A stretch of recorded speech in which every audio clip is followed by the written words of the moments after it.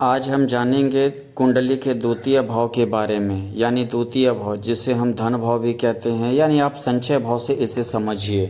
संचय यानी हर चीज़ का संचय, यानी कि आप धन का संचय, पारिवारिक संचय, दोस्त का संचय, रिश्तेदारों का संचय, पारिवारिक वृद्धि, हर चीज़ को आप देख सकते हैं। यानी आप अगर शादी कर रहे हैं तो यानी पारिवारिक वृद्धि भी द्वितीय भाव से हम जानते हैं। यानी कि आप समझिए धन का संचय यानी बच्चे का जब आँख खुलता है तो यानी उसके परिवार में कितना धन है, कितना उसकी संपत्ति है, यानी कि ये भी देखा जाता है। यानी कि परिवार, दोस्त का संचय या रिश्तेदार वगैरह का भी देखा जाता है, उससे कैसा संबंध है। इसे हम वाणी का भाव भी बोलते हैं। वाणी यानी बोलना, आपका कटु वाणी है या मधुर वाणी है या किस टाइप का है, या आप डिप्लोमेटिक सोचते हैं, इस टाइप की से भी इसे देखा जाता है। यानी आप दोस्त लगाने में माहिर हैं। अगर राहु रहता है, व्यक्ति दोस्त लगाने में माहिर रहता है। स्वाद का भाव भी है, खट्टा खाना पसंद करते हैं आप, मीठा खाना पसंद करते हैं या नमकीन खाना ज़्यादा पसंद करते हैं। ये दाईं आँख का भी है, आपका दाईं आँख कैसा रहेगा, खराब रहेगा, अच्छा रहेगा, मार्केस भी है। अगर द्वितीय भाव में सूर्य रहता है तो सूर्य यानी समझिए सूर्य की प्रवृत्ति है शासन करना। हो सकता है कि आपको सरकार से लाभ मिल सकता है, पिता से लाभ मिल सकता है, पैतृक संपत्ति का योग बनता है। ये तीनों द्वितीय भाव से अगर सूर्य रहे तो देख सकते हैं आप। यानी सरकार से लाभ, आप हो सकता है सरकारी नौकरी से लाभ लें, या नहीं तो सरकार से संबंधित ठेकेदारी हो या कोई भी काम हो उससे लाभ हो सकता है। पिता से लाभ हो सकता है, यानी पैतृक संपत्ति, रिश्तेदार या परिवार पर शासन करने की आपकी प्रवृत्ति हो सकती है। यानी थोड़ा सा आपके व्यवहार में ऐसा चीज मतलब रहे कि रिश्तेदार या परिवार को ये लगता हो जैसे कि आप डिक्टेटरशिप टाइप के हैं, ये उस टाइप के हैं। अगर सूर्य आपकी परिस्थिति अगर अच्छी ना हो तो जातक नेत्र रोगी हो सकता है, कम दिखाई देगा और आपको चश्मा लग सकता है। यानी रोशनी का प्रतीक है सूर्य। अग्निकारक ग्रह, पैतृक संपत्ति में अवरोध आ सकता है। सूर्य की खराब परिस्थिति में income tax, seller tax, GST जैसे सरकारी परेशानियां आपको आ सकती हैं। सूर्य यानी कि सरकार से आपको हानि पहुंचाएगा, जैसे इनकम टैक्स हो गया या समझिए सरकारी दंड टाइप का हो गया, सेलर टैक्स हो गया, जीएसटी हो गया, इसमें आपका संचय धन जा सकता है। इस टाइप की परेशानियां भी आपको आ सकती हैं।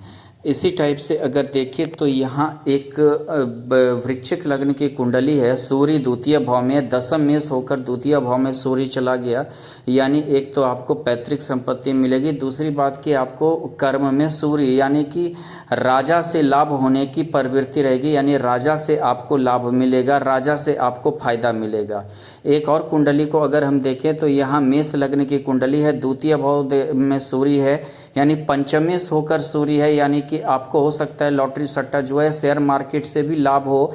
दूसरी बात क्या है कि आपका पुत्र से भी आपको लाभ हो सकता है। अगर सूर्य की परिस्थिति अच्छी है तो आपको आपके पुत्र से भी धन का लाभ या नहीं तो जो है हो सकता है, और आपका हो सकता है कि पुत्र कहीं ऊंचे पद पे भी जा सकता है। अगर आप देखिए कि यहाँ द्वितीय भाव में चंद्रमा है, यानी कि चंद्रमा मन कारक ग्रह होता है। मन का कारक ग्रह यानी मन आपका चंचल या शांत या जो भी है वो चंद्रमा द्वारा निर्धारित होता है। यह कितना मतलब मन सबसे ज़्यादा चंचल होता है उस टाइप का। अगर चंद्रमा है तो आप मृदुभाषी हैं, व्यवहार कुशल हो सकते हैं, रिश्तेदारों से अच्छे संबंध होंगे क्योंकि आपकी वाणी अच्छी होगी, धन की प्रचुरता रहेगी। स्त्रियों के प्रति आकर्षण, यानी कि चंद्रमा स्त्री कारक ग्रह है तो थोड़ा सा स्त्री के प्रति आकर्षण रहता है।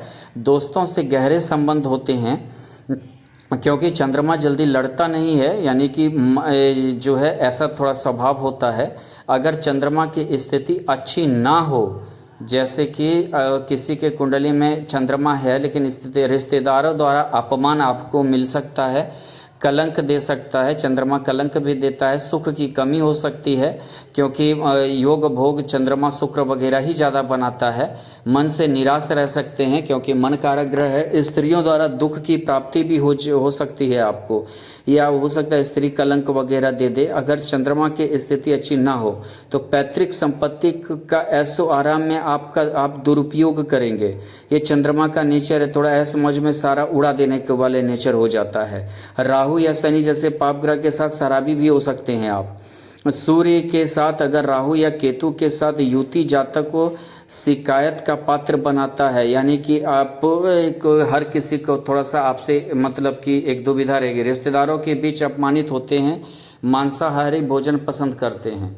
यहाँ देखिए एक कुंभ लग्न की कुंडली है, चंद्रमा षष्ठी होकर द्वितीय भाव में है, यानी कि आपको दुश्मन से भी जो है वो दोस्ती करा देगा, उससे भी आपको फायदा मिल सकता है।